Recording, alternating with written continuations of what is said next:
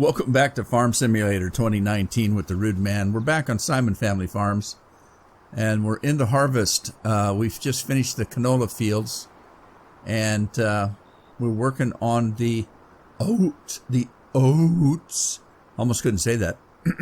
Yeah, allergies again. We're working on the oats today. We need to get our truck. Let's put Andy back in his truck down here. Andy, get back in the pickup. Who is driving the truck anyway? What's running over here? Is that truck running over there? Oh my goodness, that truck, how long's that truck been running?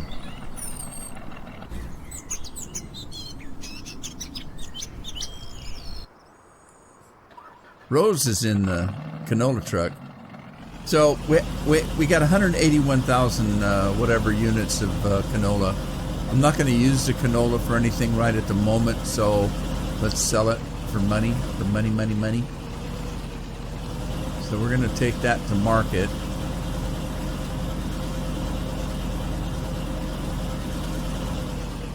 That lower section area it doesn't have a lot of acreage. It's pretty small.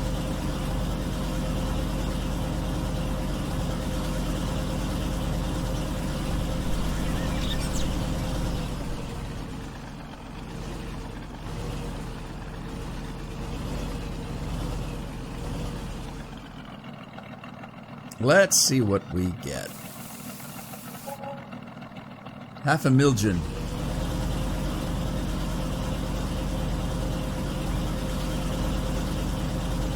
Right, now when we stopped after the last episode, we had a close to a full bin of oats. So let's grab that, and then I'm gonna need the quicker picker up here to clean up these ends that I'm making, because otherwise I get stuck in the windrow.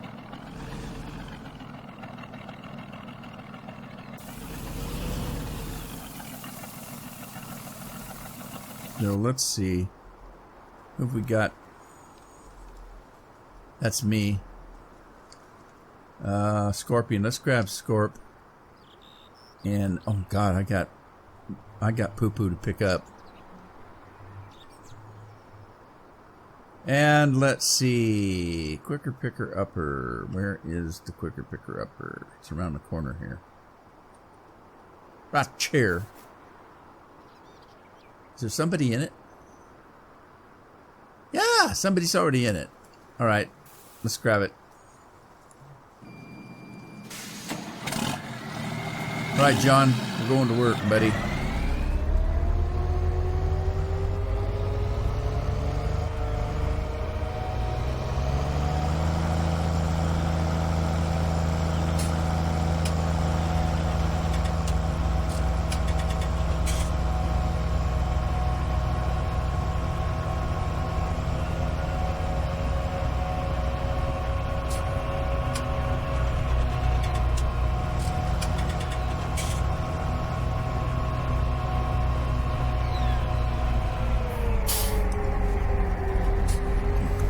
Clean up here while we're waiting.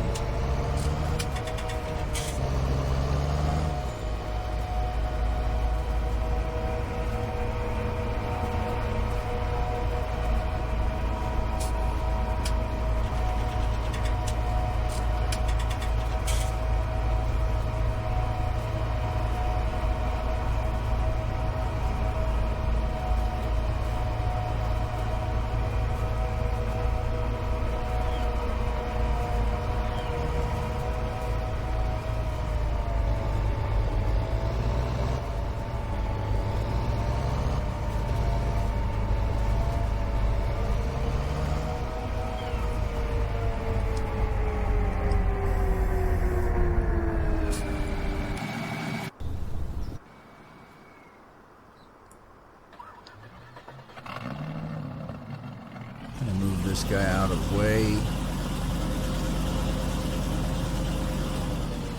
Sorry, Rose. Put you right there. And then let's grab combine here. And we'll continue making our double rounds. Am I stuck on something? No. I thought I was stuck. Am I stuck? I'm stuck on Band-Aid. Band-Aid stuck on me.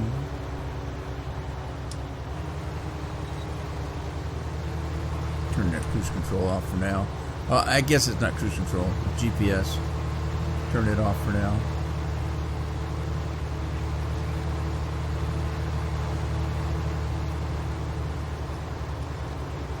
So I was thinking that we should be getting some pretty good yields because we're doing everything we're supposed to do with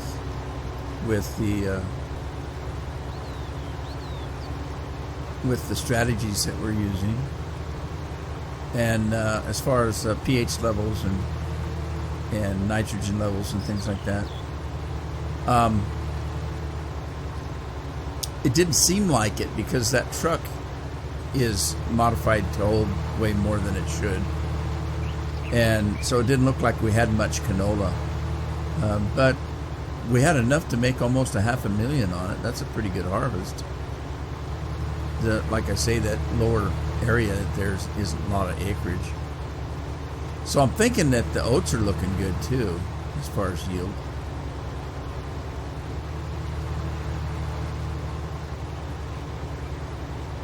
Okay, now we didn't go on the bottom part of this field, so let's get into that as soon as we get clear around here.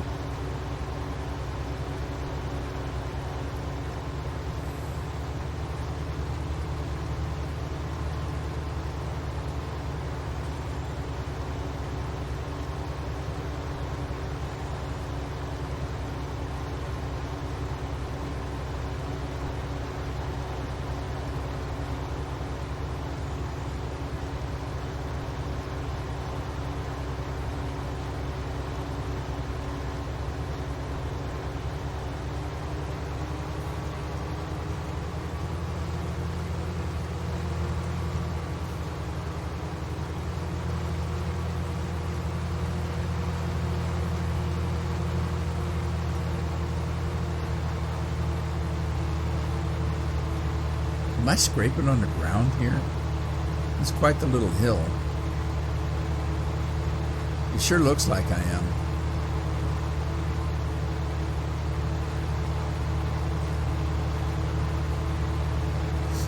I have a mod that lets me adjust the height of the headers, but it comes with its own issues.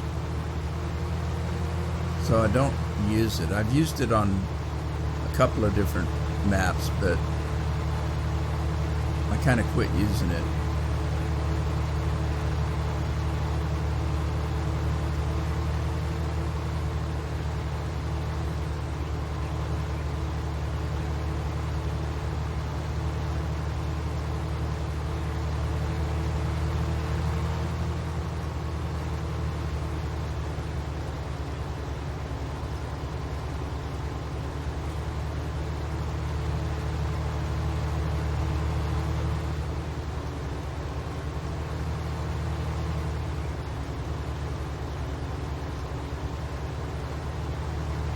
Okay, so let's see here. I'm gonna try to get this thing to go to the right. Let me see. Let me turn the GPS on. Whoop.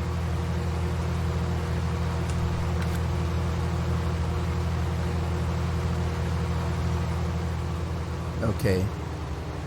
So let me do this. I'm gonna turn this thing on. And we're going to go across this way.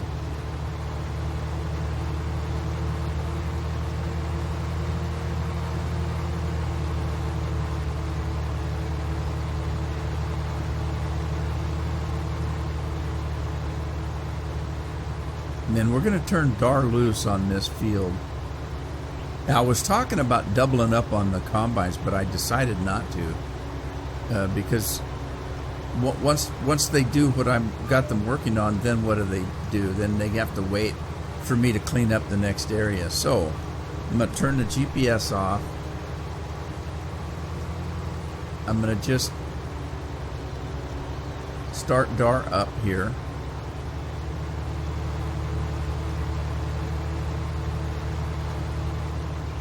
and let her go.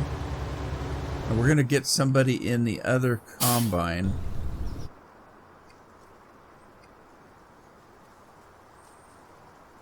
Let's get Scorpion combine over around here. And Scorp's going to work getting the fields ready for me to hire Dar again to take over and do some combining.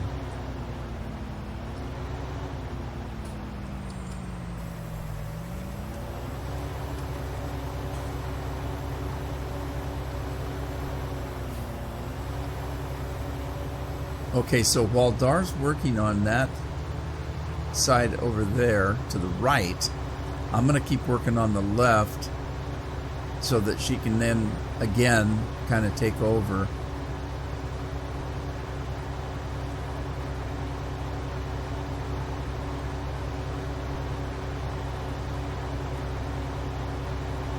What is that?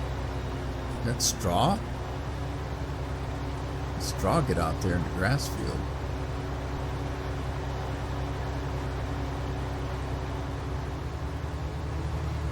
Alright, so again, what I'm going to do is try to square this field off here. So let's get back into GPS here. And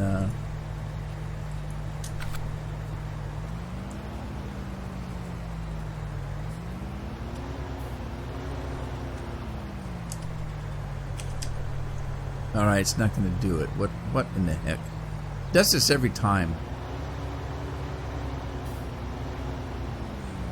Alright, let's go back in here. Go to there. We're going to do an auto width. Come in here.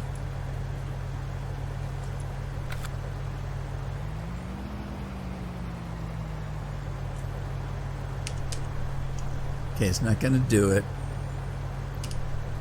Alright, let's choose the cultivator. Okay. And do that. And then we're going to go back. I'm going to go back in and choose the harvester and see if that is going to work out for us.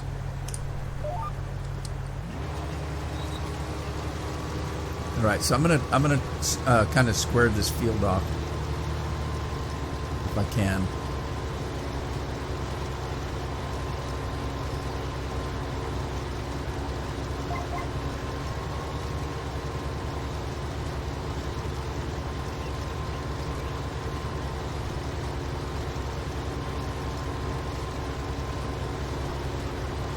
Now here's where I'm going to have the problem when it comes down to these contours, because we're jumping fields there from 17 to 18.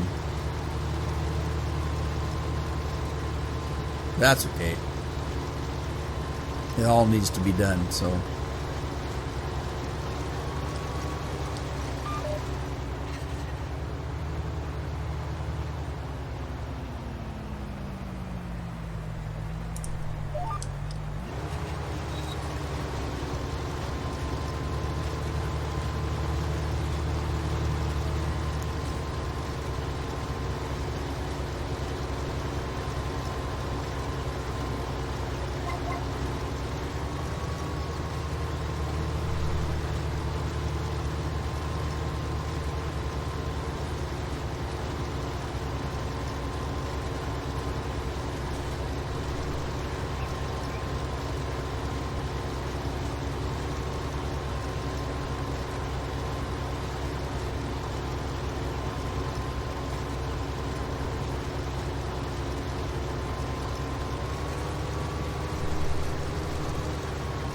Alright, so somebody might be full, looks like. Check that out.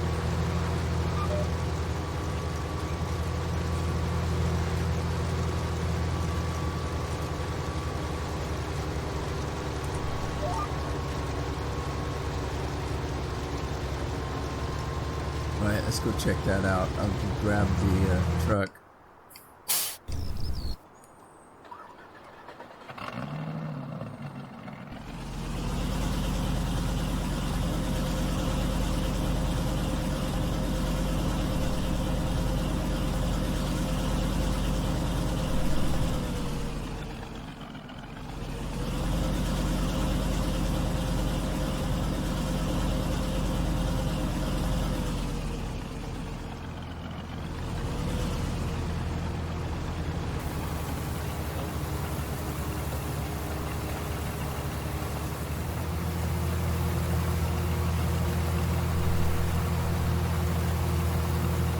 Let's move back over here.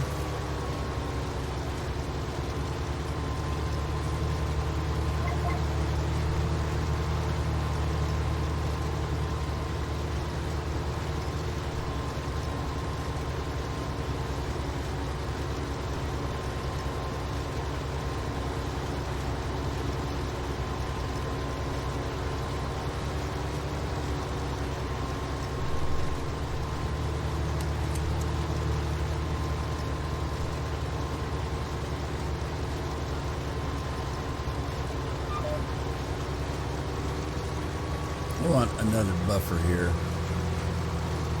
So let me work this. Gotta keep it away from those trees.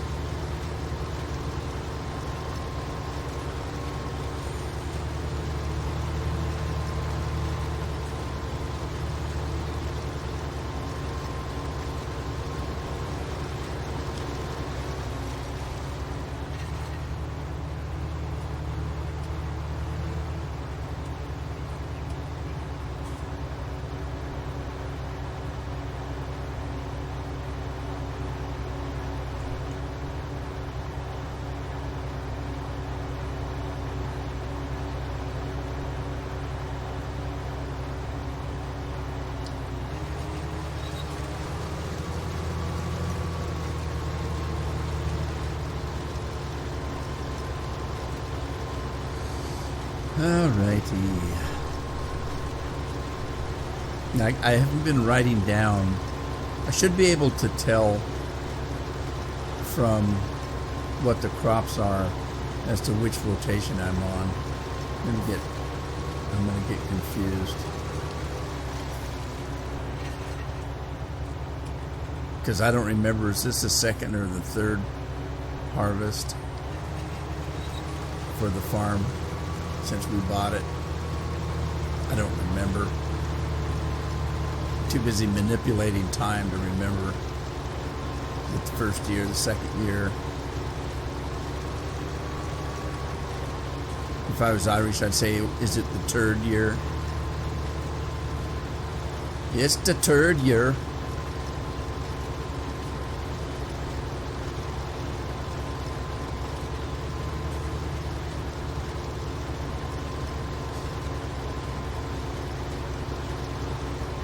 I need to check on that. I used to watch a family of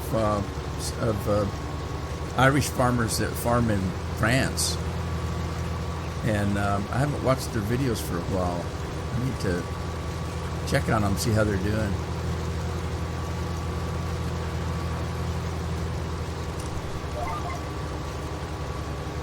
Whoa! Picked the wrong line.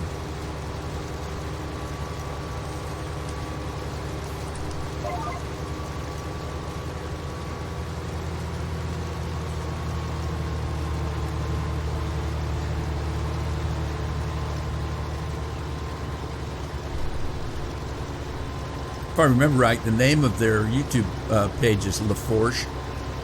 That's the name of their farm, or where they farm. LaForge.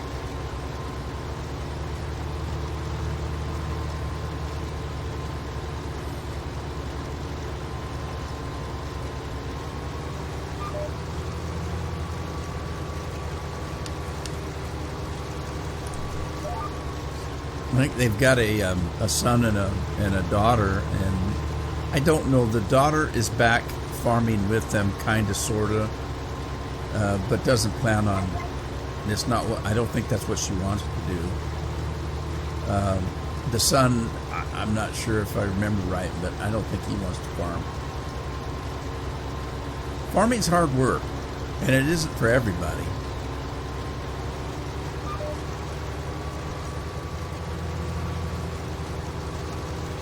I think the thing that always interested me about farming was that you're your own boss, for one thing. The other is you're not in the middle of a city of 1,000 people or thousands of people. I like the fact that your nearest neighbor could be 20 miles away. That that's something that would make a difference for me. I grew up in the country quite a bit, and when Carol and I first got married, we lived in the country.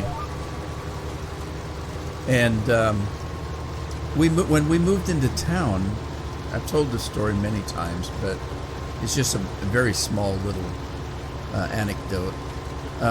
We would have a barbecue, and we'd be eating hamburgers, looking up and having neighbors staring at us, either over the fence or out of their kitchen windows or whatever. You've got no privacy. I know that I have friends that don't like that lifestyle. I mean, they used to come and visit us and say, we don't know how you stand the lack of culture here. And they don't get it. It's a culture in itself. Do they not understand what culture is? In their mind, culture is we can jump in our car and go to the opera anytime. We can go dinner. We can go to movies. That's not a culture, really. And if it is, it just means country life is a different culture. But how do you stand living with no culture?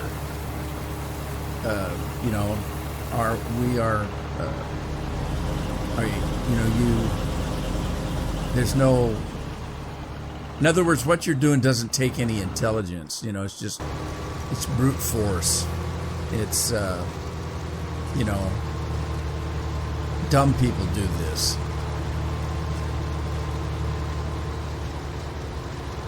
I know I'm kind of pigeonholing people, but I really think that's what people think.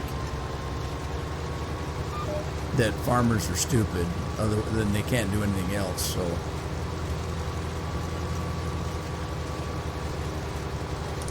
some of the smartest people I have known have been farmers.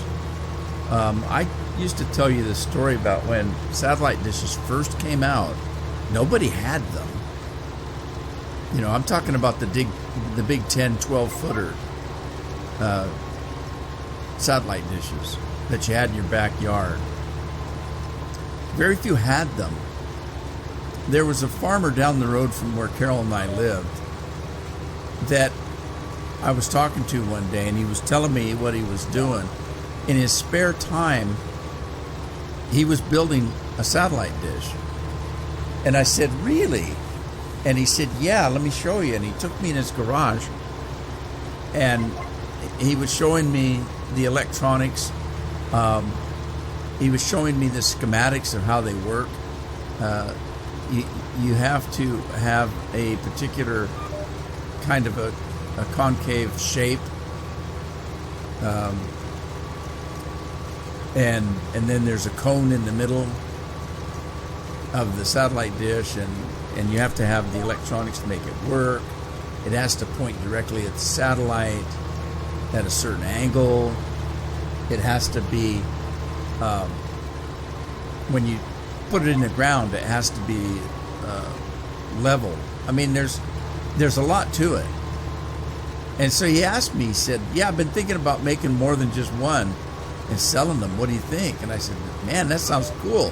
He said, would you like to help me? And I said, sure. And so he and I kind of went into this little business where we were building satellite dishes and selling them to our neighbors. And then I would go and install them. Or the two of us would, whoever was available. he was the brains of the outfit. I didn't know anything about electronics and things like that. I learned what to do, but I got my first satellite dish that way because I built my own. And we built them out of fiberglass. And then, of course, we bought the electronics and put it all together. And the first ones that we had, you had to manipulate them by hand. They weren't motorized. So what does that mean? Well, there's more than one satellite up. And certain satellites back then had certain programming on them. And so if you wanted a particular programming, like if you wanted HBO or Showtime, you had to go to a certain satellite for that. If you wanted other things, like things from other countries or, you had to go to a different satellite. So that meant you had to reposition your satellite dish to point to that particular satellite. So what I would do is I would calibrate the thing, and we had a bar that when you turned the satellite and readjusted angles, whatever you needed to do, as you turned the satellite, I would mark on a bar and label it what satellite that was. And then I would give the people, if you want to watch this and this and this, you need to be on satellite that. And here's how you do it. You just loosen this nut over here so it loosens the bar, and then you move the bar which turns the satellite dish, and when you get to this mark, that's the next satellite that you need. And then you tighten the screw back down, and that tightens the dish so it can't be moved. And there you go. Now later, we started putting motors on them that would do that. But initially, we were just learning as we went. Pretty interesting. But the whole point of that is, there are smart people that farm. It's not an easy job, for one thing. It's hard physically, but they have to know stuff too. If you're going to be an efficient farmer, you got to know stuff. Especially nowadays, everything's computerized. They're not. What I'm trying to say is, farmers are not stupid people, regardless of what your local congressman says. Never forget that one guy that was going to run for president said, "What's the big deal about farming? You just go out and throw a seed in the ground, water it, and voila, you're a farmer." Well, how ignorant a statement that was. He'll probably never know, because he probably believes stuff like that. All right, let's go see how our combine's doing. It's full again. Get back to our truck. Whoops. Sorry, Rose. Cut your engine off.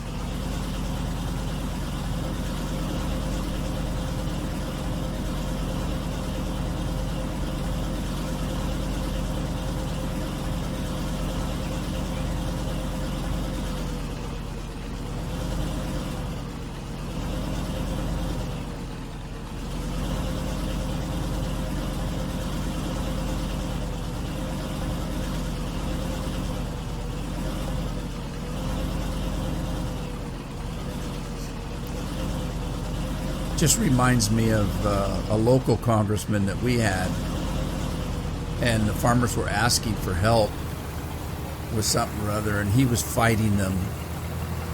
And even his wife got into it one night when she made the statement to the press that, "I don't understand why these farmers need all this precious land that we could be using for something else. Why can't they get their food from the grocery store like the rest of us?" And it's like, what?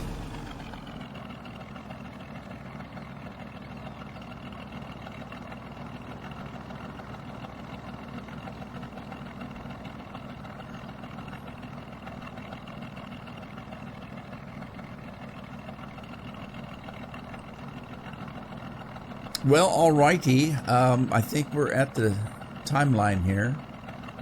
So I don't know. I got to figure out what we're doing here. Let's get in their way. Here, stop till I can figure out what you're trying to do. I'm going to end it here. Hope you had fun, and hope to see you in the next episode. In the meantime, take care of yourselves, take care of your families, and I'll catch you next time. Ta-ta for now.